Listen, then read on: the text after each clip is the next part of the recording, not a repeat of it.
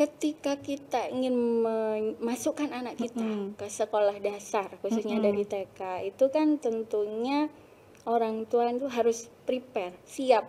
Kita sebagai ibu, sebagai wanita itu biasanya khawatirnya itu berlebihan gitu. Kalau berdasarkan pengalaman, anak-anak itu siap bersekolah atau tidak itu berdasarkan kesiapan orang tua. Ada juga yang tidak percaya bahwa putrinya itu sudah mengalami menstruasi gitu. sampai pada akhirnya itu belum, tapi ketika kami cek itu memang sudah. Kalau orang tua bersikap terbuka terhadap sekolah, dalam hal ini konsultasi dengan wali kelas, insya Allah aman untuk Ananda di sekolah gitu. Namun ketika orang tua, kadang-kadang kita sebagai orang tua sibuk dengan kegiatan kita, sehingga justru anak-anak yang membutuhkan di saat-saat seperti itu kadang terlewatkan.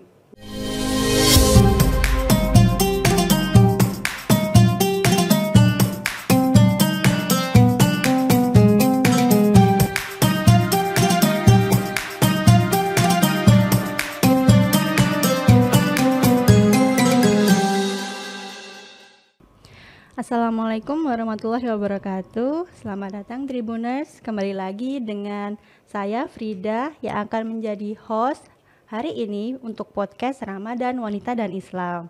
Sekali lagi di tahun ini kita sudah menyambut bulan Ramadan dan kita akan membahas tentang serba-serbi Ramadan, terutama untuk wanita dan Islam. Hari ini saya sudah kedatangan tamu istimewa, yaitu Ibu Yulia Diah Sri Belucen. Selamat datang Bu Diah. Terima kasih. Assalamualaikum Mbak Frida. Waalaikumsalam. Bagaimana kabarnya hari ini Bu Diah? Alhamdulillah sehat. Bagaimana dengan Mbak Frida? Alhamdulillah.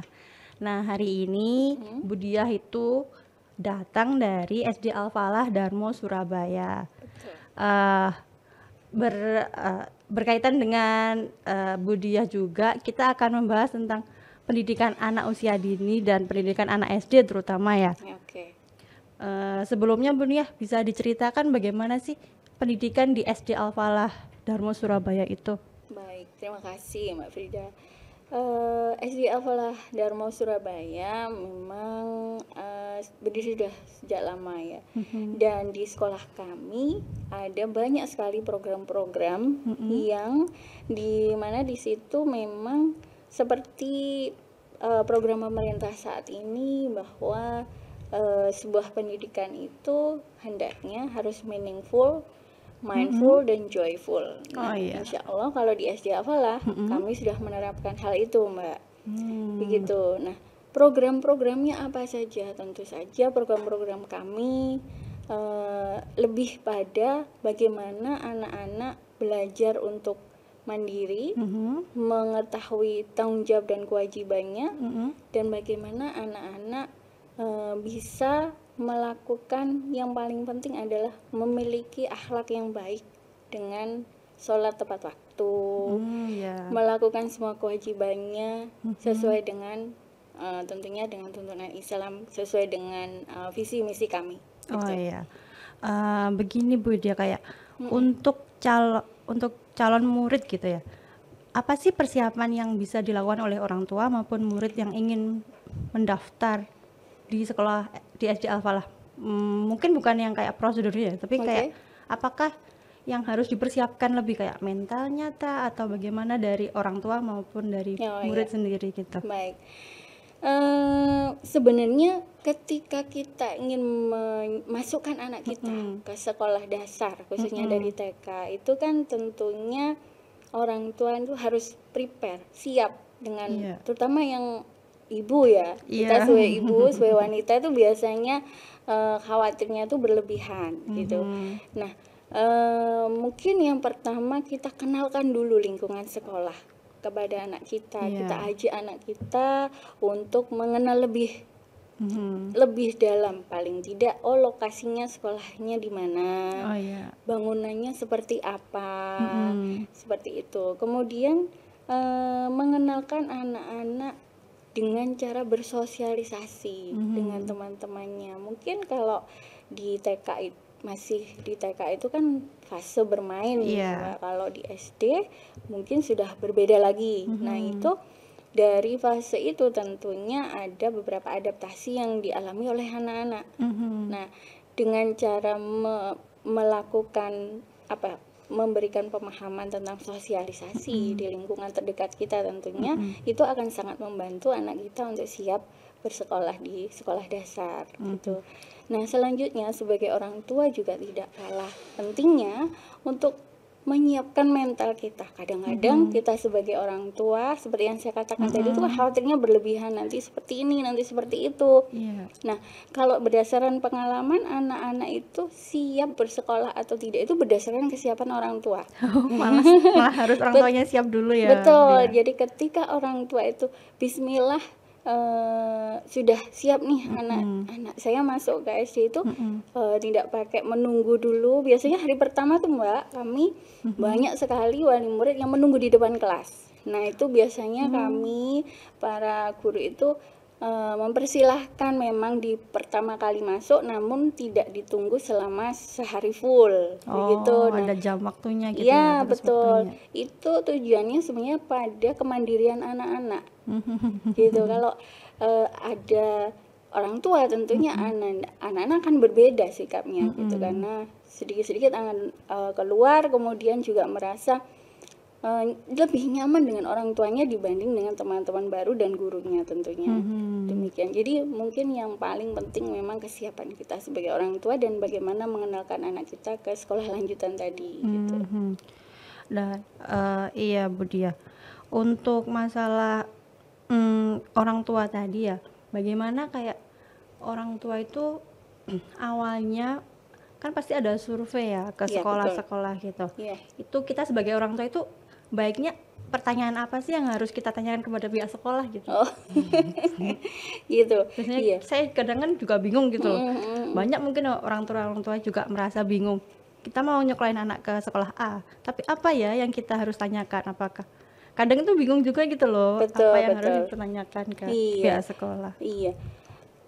Memang ketika kita sebagai orang tua ingin memasukkan ke sebuah sekolah, tentunya kita tidak ingin sekolah yang dalam tanda kutip sembarangan gitu ya, memilihkan untuk anak kita pasti yang terbaik untuk anak kita gitu. Nah, kalau tadi pertanyaan Mbak Frida, pertanyaan apa yang harus ditanyakan lebih dulu? Mungkin kalau saya berdasarkan pengalaman yang sudah terjadi selama ini, orang tua tuh biasanya menanyakan tentang kurikulumnya, kemudian program-program yang ada di sekolah tersebut, di sekolah kami gitu, kemudian jam belajarnya seperti itu, kemudian nanti tentu saja biaya pendidikannya gitu ya. Iya, itu penting gitu. Iya, itu. Kemudian ada fasilitas apa saja yang bisa diperoleh oleh anak-anaknya gitu, oleh putra-putri mereka gitu. Baik. Nah, menyambung ya Bu Dia ya, karena kan anak kan sudah masuk sekolah nih. Sudah naik kelas gitu, kayak sudah berkembang kayak di sekolah Al-Falah gitu. Nah, bagaimana kayak mungkin ya kita nggak tahu, karena kan sekarang kayak usia pra remaja itu kayak mundur ya, kayak percepat gitu loh. Adakah kayak bagaimana penanganan sekolah kalau anak-anak sudah menstruasi atau akil balik bagi yang perempuan maupun yang laki-laki? Baik. Di sekolah kami itu ada namanya program keputrian untuk yang bagi anak-anak putri ya. Kemudian untuk yang akhir balik itu ada juga pendidikan akhir balik untuk gitu. Yang putra juga. Ya. Nah, biasanya itu memang diberikan di kelas 5 dan 6. Mulai kayaknya kelas 5 ya. Namun dalam perkembangan saat ini ada beberapa siswa kami belum kelas 6 itu sudah belum kelas 5 itu mereka sudah haid atau datang bulan, sudah mengalami menstruasi tersebut. Nah, itu program keputrian itu diberikan ketika anak-anak yang sedang mengalami mens itu otomatis kan tidak mengikuti sholat ketika sholat duhur berjamaah untuk pada hari Jumat seperti itu. Nah, itu dibimbing oleh ustadz-ustadzahnya. Dalam hal ini guru BK selaku konseling itu memberikan materi-materi tentang bagaimana menghadapi masa-masa pertama menstruasi, apa saja yang harus dilakukan, kemudian wajar tidak terlalu kecil sudah datang bulan seperti itu kan ketakutan anak-anak itu kadang-kadang tidak terjawab oleh orang tua mereka. Gitu. Nah, sebenarnya hal yang paling penting untuk mengedukasi anak-anak adalah kita bersikap terbuka. Jadi terbuka, terus anak-anak jujur dengan semua yang dialami anak-anak, anak-anak akan terbuka dengan kita. Bahkan di sekolah kami itu ada, mungkin karena usianya itu sebenarnya belum waktunya, namun karena sudah datang bulan, akhirnya tidak mengerti apa sih yang harus dilakukan, sehingga mohon maaf tidak melakukan apa yang seharusnya dilakukan kalau ketika menstruasi. Nah, seperti itu akhirnya kami pihak sekolah melalui wali kelas dan juga BK selaku konseling menghubungi orang tuanya, kemudian kami memberikan beberapa masukan yang memang sebenarnya peran orang tua itu sangat penting di situ.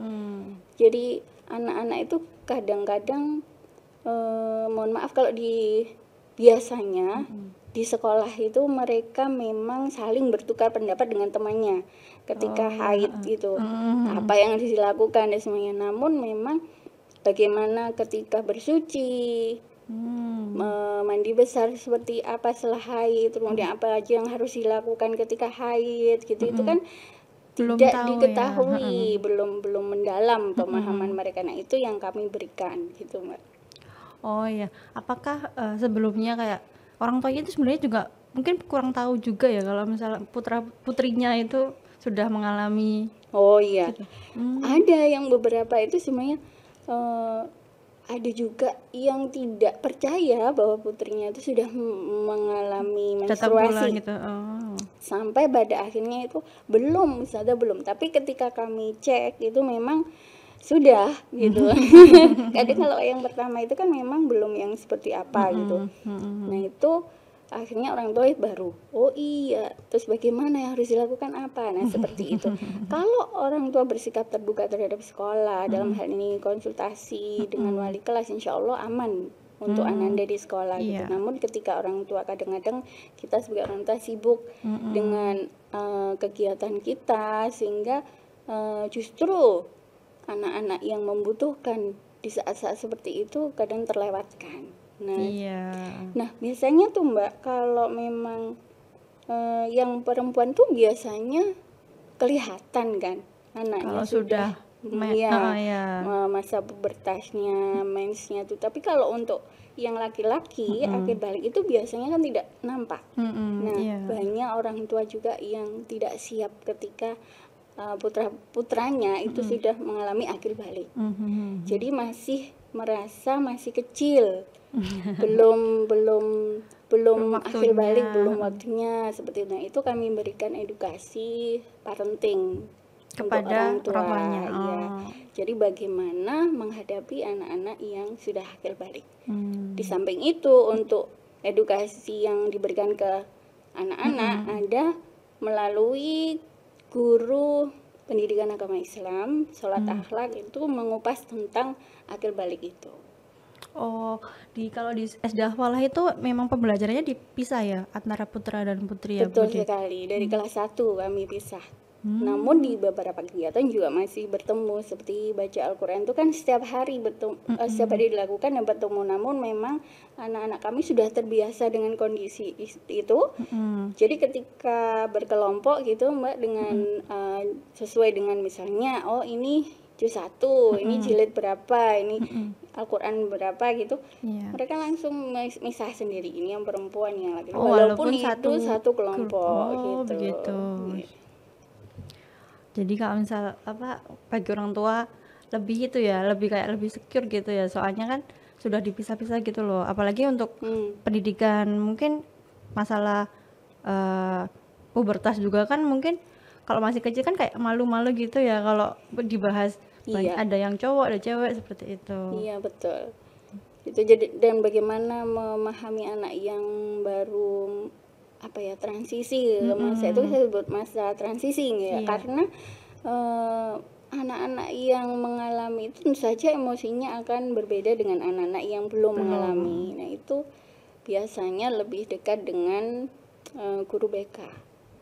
Jadi guru BK juga cowok, ada laki-laki perempuan juga ya? Untuk pernah ada laki-laki dan perempuan, namun untuk saat ini masih ada perempuan saja.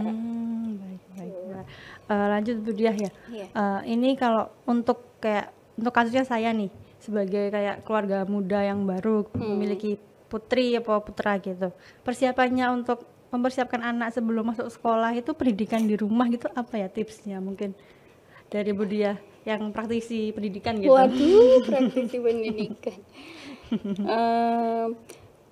Berdasarkan pengalaman yang ada di sekolah nih Mbak, itu ada kemarin baru 2 hari yang lalu itu ada putranya itu masih usia 2 tahun, tapi orang tuanya sudah berkeliling untuk mencari sekolah bagi anaknya. Itu ada. Dan waktu itu saya sendiri itu merasa surprise ya, karena baru kali ini ada seperti itu. Artinya sekarang kalau saya melihat memang pasangan muda itu lebih aware terhadap pendidikan anaknya, pendidikan putra-putrinya nanti. Mungkin yang harus disiapkan yang pertama komunikasi dengan pasangan tentu saja, karena dalam menentukan sebuah sekolah atau pendidikan yang mau seperti apa nih, mau masuk di umum atau masuk di sekolah yang basicnya agama, itu tentu saja harus sepakat terlebih dahulu. Nah, jika sudah sepakat, karena kalau tidak sepakat nanti berdampak pada anak. Itu diakui atau tidak dari pengalaman kami memang sangat berdampak Mbak, ketika ayahnya tidak menghendaki di sekolah yang berbasis agama, sedangkan mamanya ingin di sekolah yang berbasis agama. Itu diakui atau tidak dalam proses itu pasti mengalami kendala untuk ananda gitu. Nah jadi harus bersepakat dulu nih dengan pasangan Mbak Frida gitu. Nah kemudian yang berikutnya menentukan tentu saja survei sekolah dulu menurut saya. Jadi survei sekolah yang dari sekolah yang terpilih misalnya 5 besar dulu. Nah itu bertanya lebih detail tentang apa saja program yang ada di sekolah itu, bagaimana nanti outputnya, apa saja fasilitasnya, bagaimana pola pendidikan yang ada di sekolah tersebut. Nah dari situ tentunya kita bisa membandingkan satu sekolah dengan sekolah yang lain. Nah gitu. Kemudian tak kalah pentingnya lagi adalah kenyamanan bagi putri kita, anak kita. Itu juga kadang-kadang orang tua itu terlalu memaksakan. Kadang ada orang tua karena sekolahnya ini yang paling favorit dimasukin situ gitu. Padahal mungkin anaknya padahal anaknya nggak nyaman di situ. Kadang ada yang begitu. Jadi alangkah baiknya juga ketika orang tua sudah bersepakat, maka menanyakan kepada anaknya suka atau tidak, ingin sekolah di sini atau sini. Kan ketika survei kita sudah mengajak anak kita untuk mengenalkan sekolah tersebut begitu. Jadi mungkin itu yang perlu disiap. Yang tak kalah pentingnya mengajarkan kemandirian sejak di rumah tentu saja. Jadi kalau kita kalau apalagi masih putra pertama hanya satu, itu kan perempuan itu lebih overprotective gitu ya. Jadi ingin semuanya kita penuhi, padahal yang kasih sayang itu tidak harus diimplementasikan seperti itu gitu. Justru itu membuat anak kita akan tidak menjadi anak yang mandiri, dan itu yang harus disiapkan juga dari seorang ibu. Karena saya dulu juga pernah mengalami hal itu, Mas. Jadi itu tidak akan menjadikan anak kita menjadi anak-anak yang seperti tangguh gitu. Kalau apa-apa disiapkan gitu. Jadi kita memang harus memberikan keleluasaan pada anak kita. Mungkin tidak seperfect yang kita inginkan, tapi itu memang bagus untuk kedepannya. Dari situ anak kita kan belajar tentunya gitu. Jadi itu mungkin yang perlu lebih disiapkan untuk keluarga muda. Jadinya lebih kayak kita ingin yang terbaik untuk anak, tapi juga kita harus melihat dulu bagaimana dengan kondisi anak kita gitu ya. Betul. Udah, jangan memaksakan, nanti kasihan juga ya anaknya. Karena dari pengalaman ada juga nih sekolahnya sangat favorit gitu, mahal gitu kan. Namun ketika sudah masuk hanya 1 bulan, nggak sampai 1 bulan, 1 minggu bahkan di sana itu sudah ingin keluar, ingin pindah. Nah itu kan artinya anak sebenarnya tidak nyaman di situ, namun kita sebagai orang tua memaksakan kehendak kita, itu sayang sekali gitu. Gitu sih Mbak. Baiklah Tribuners, itu tadi kita bincang-bincang kita dengan Bu Diah tentang pendidikan anak, khususnya anak SD, dan bagi para keluarga muda mungkin bisa dipersiapkan dari sekarang ya, bagaimana nanti rencana untuk pendidikan anak ke depannya, nanti persiapannya sebelum masuk SD dan sebagainya. Dan sebelumnya Bu Diah, terima kasih banyak waktunya. Sama-sama Mbak Frida, senang sekali bisa sharing di sini. Terima kasih ilmunya juga, dan bagi Tribuners, sampai jumpa lagi di lain waktu di podcast Ramadan Wanita dan Islam. Wassalamualaikum warahmatullahi wabarakatuh. Waalaikumsalam warahmatullahi wabarakatuh.